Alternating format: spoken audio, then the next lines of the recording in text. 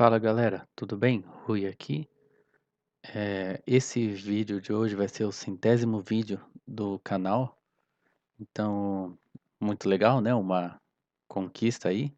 Muito obrigado a vocês aí que estão curtindo, compartilhando, né? Comentando também. Eu gosto bastante de ler os comentários, né? E é muito legal que coincidiu com a marca de 500 inscritos do canal, né? Apesar de que talvez seja pouco, né? 5 inscritos por vídeo, né? Mas a coisa tem melhorado bastante, acho que porque o YouTube tá, distribuindo mais os vídeos, porque a qualidade do som melhorou um pouco, né, eu acho que eles fazem isso. Mas de qualquer forma, muito obrigado. E eu já tinha falado de marcar uma live de 500 inscritos, né, que eu vou tentar marcar para por mim fica para sábado do que vem, né, eu vou talvez umas 8, 10 da noite, né, pode ser que eu passe vergonha e ninguém apareça, mas eu vou deixar avisado também nos posts aí, né. Mas é bem interessante porque eu seria a primeira live do canal. Quando o Olavo de Carvalho morreu, eu, tipo, abri uma live assim, só deixei como se eu fosse fazer uma live, né? Ficava aquela chamada pra live, né? Como se fosse uma homenagem assim, né? Uma homenagem a ele, né? Um luto pela morte dele, né? E foi bem engraçado porque me falaram que ele tinha morrido e eram pessoas que não gostavam do Olavo, né? E eu falei, ah, vou abrir a a internet, né, vai estar ele lá com um vídeo no canal dele falando: "Eu não morri nada, vocês não sabem porcaria nenhuma, tals". É o que não aconteceu, mas talvez vocês nem saibam que eu sou ou fui olavista, sei lá, já que eu nem falo muito dele, mas é porque isso que era o legal do Olavo, né, que ele falava pra você, ele te dava o nome de um monte de livros e autores que você nunca tinha visto antes, e falava pra você ler todos os filósofos, ler toda a literatura ocidental, né. E por isso mesmo que eu não falo tanto dele, né, acho que agora é hora aproveitar que ele morreu, né, talvez isso também seja alguma providência de Deus, né, de que: "Olha, você fez o que era a sua parte", né. E e eu também já fazia isso antes dele, né, eu já gostava de estudar antes e continuei estudando conforme, né, enquanto eu conheci ele, ele estava vivo. Conheci pela internet, claro, né, mas ele estava vivo e eu ia estudando também, né. E agora que ele já se foi, eu também continuo estudando, né, com uma visão diferente, porque eu voltei pra igreja por causa dele. Ele falou assim: "Olha", na época eu estava muito interessado em filosofia da ciência, né, porque eu gostava de matemática, de física, fui querendo estudar filosofia da ciência para ver, tipo, como que a gente sabe que esse negócio de ciência é verdade, né, até que ponto, como que a gente explica isso, né, a gente entende isso, né, de ciência.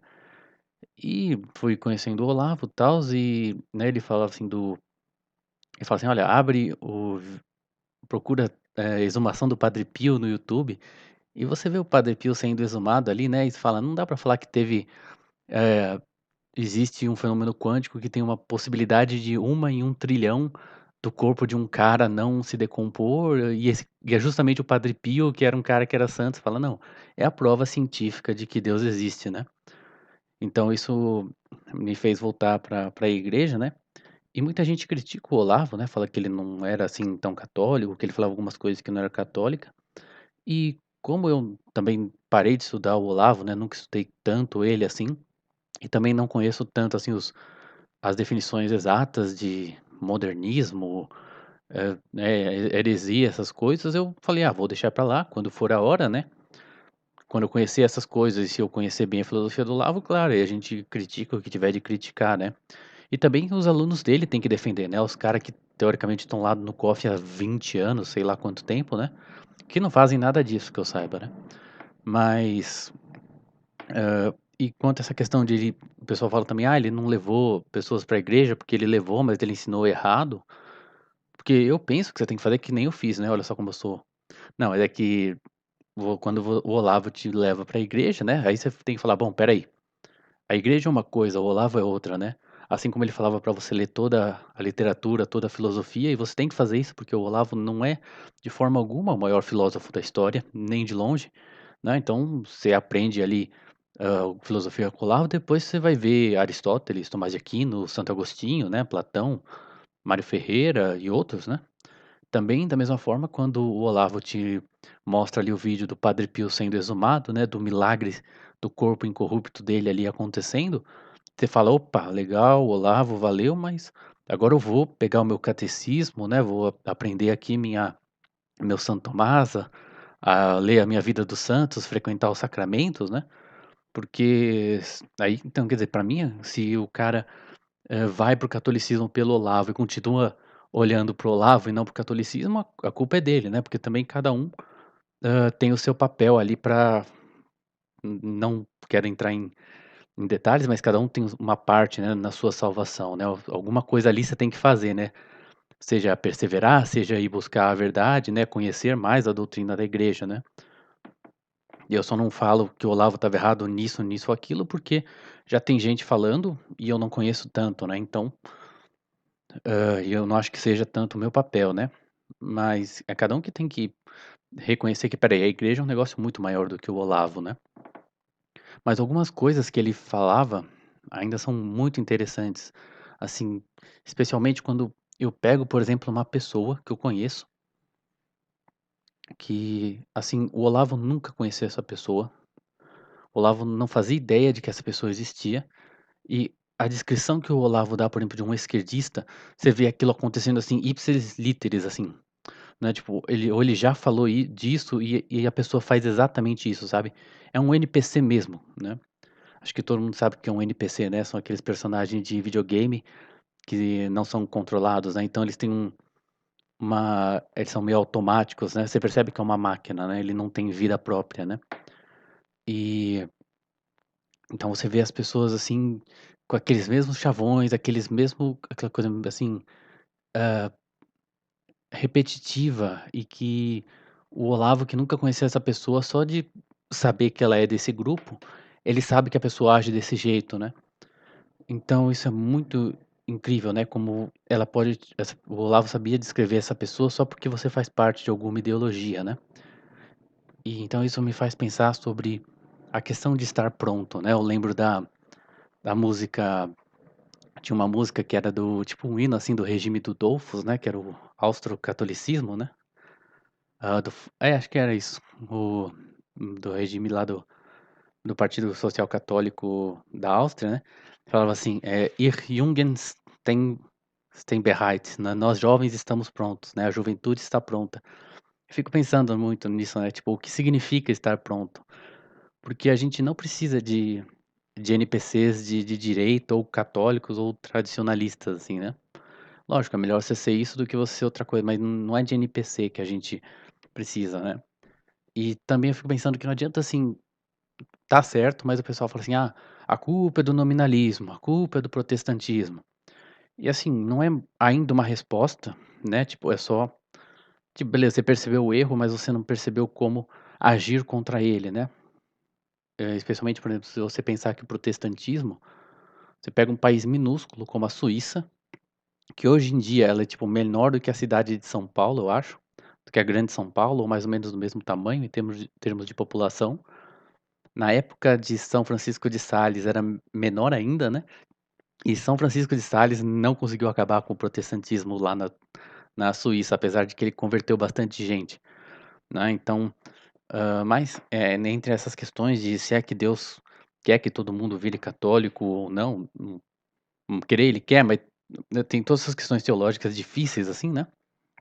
Mas não tem uma resposta, porque você fala assim: "Ah, o problema é o nominalismo".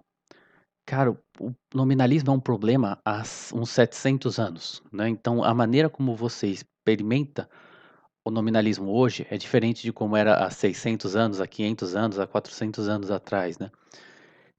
E então é uma afirmação genérica que quer dizer, ela é abstrata, porque ela não trata do problema como a gente vive hoje. O problema é que a gente vive um nominalismo no Brasil do século XXI, com o mundo que a gente vive hoje, e toda a relação do nominalismo com, todos os outros problemas do mundo, por exemplo, né.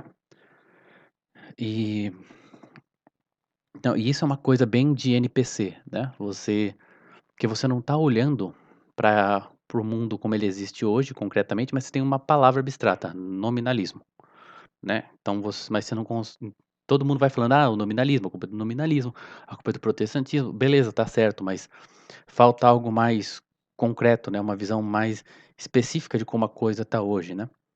Também lembrando do Olavo, da questão da teoria dos 4 discursos, né, ele falava que tudo começa na poética, né, e a gente tá fazendo 10 anos daqueles, hã, que ele fala, aqueles protestos lá de 2013 que teria sido o começo de uma direita, de uma tentativa de renovação nacional, né. Eu particularmente não fui muito afetado na época, eu achei que era besteira, também porque eu gostava de estudar protesto, assim, para ônibus, tudo bem que eu não usava ônibus na época também, né, então mas, hum, vamos botar aí uns 10 anos, né, de que tem alguma coisa muito louca acontecendo, e a gente não tem, por exemplo, um romance, que nem para ser um romance, assim, meio besta, assim, do bem, sei lá, Capitães da Areia, sabe, mas assim, o jovem que ele vira tradicionalista, né, ele começa a entrar na internet e ele quer virar um cruzado, né, então, como que lida isso com a família dele, como que é os que ele lida com os professores na faculdade, sabe, mesmo que seja um negócio, assim, meio besta, assim, meio fanfic, sabe, mas nem isso tem, entende? E porque tá faltando uma certa capacidade de criação, que não é de forma nenhuma oposta à tradição, né. O que a gente é chamado para ser feito é para fazer o novo dentro da tradição. O problema não é o novo, é o novo fora da tradição, né. Só a gente lembrar que Deus faz novas todas as coisas, ele é o que cria, né, e ele é o que dá a vida, né. Então ele faz as coisas novas de novo, como a gente renasce no batismo, né, e também no santo sacrifício da missa, em que é o mesmo sacrifício que é renovado não é a palavra, presentificado, né, mas, Santo Agostinho também falava que é a beleza sempre antiga e sempre nova, né, então se não tem o sempre novo ali, quer dizer, alguma coisa a gente não percebeu ainda, né, alguma coisa que a gente não tá pronto ainda, né, então, não sei se vai ter muito uma moral da história, mas seria isso, quer dizer, onde é que tá esse novo, né, esse fazer novas todas as coisas. Então, ainda não estamos prontos, mas de qualquer forma, esses vão ser só os primeiros de muitas centenas de vídeos no canal, eu espero. As primeiras 5 centenas de muitas outras de inscritos, e espero que vocês gostem, continuem acompanhando. E é isso aí, galera, até a próxima, muito obrigado, fiquem